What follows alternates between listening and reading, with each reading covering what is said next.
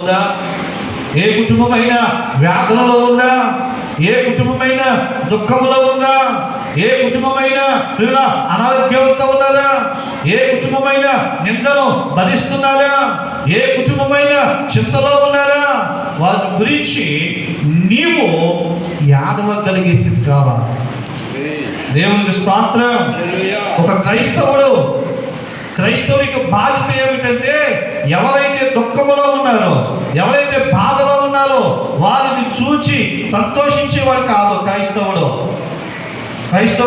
వారిని చూసి సంతోషించేవాడు కాదు, వాళ్ళని చూచి ఏడ్చేవాడిగా ఉండాలి. అంటే ప్రార్థన చేసేవాడిగా ఉండగలగాలి.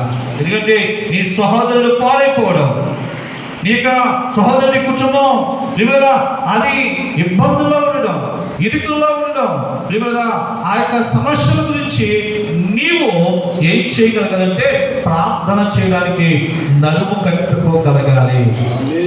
దేవునికి స్తోత్రం. హల్లెలూయా, హల్లెలూయా. దేవుని యొక్క సన్నిధానంలో ప్రియమైన యెరూషలేము గురించి భారం ఎవరికి ఉంది అంటే నెహెమ్యాకు ఉంది. నెహెమ్యా ఏ ప్రాంతంలో ఉన్నాడు? రాజు దగ్గర గిన్నెందించేవాడిగా ఉన్నాడు. యెరూషలేము ఎక్కడో ఉంది. ప్రియమైన ఆ యెరూషలేము గురించి చింత నెహెమ్యాకు కలిగింది. ఈ రోజున గ్రామముల గురించి చింత నీకు కలగాలి, సంఘముల గురించి చింత నీకు కలగాలి, గ్రామంలో ఉన్న ప్రతి కుటుంబం వరకు నీకు చింత కలగాలి.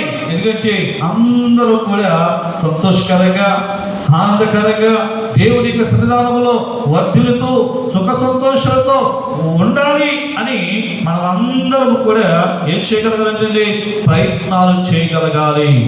దేవునికి స్తోత్రం. హల్లెలూయా. దేవుని యొక్క సన్నిధానంలో ప్రియమైన వలన నెహెమ్యా ఏం చేస్తున్నాడు?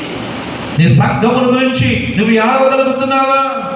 నీ యొక్క బంధువుల్లో ఎవరైనా లోకి ఉంటే, ఎవరైనా ఏదైనా సమస్యల్లో ఉంటే, ఇబ్బందుల్లో ఉంటే, ఇరుకుల్లో ఉంటే నాకెందుకులే అన్నట్టుగా కాకుండా వారి కొరకు బాధ్యత కలిగి ప్రార్థన చేసే ఒక వీరుడిగా ఉండగలగాలి.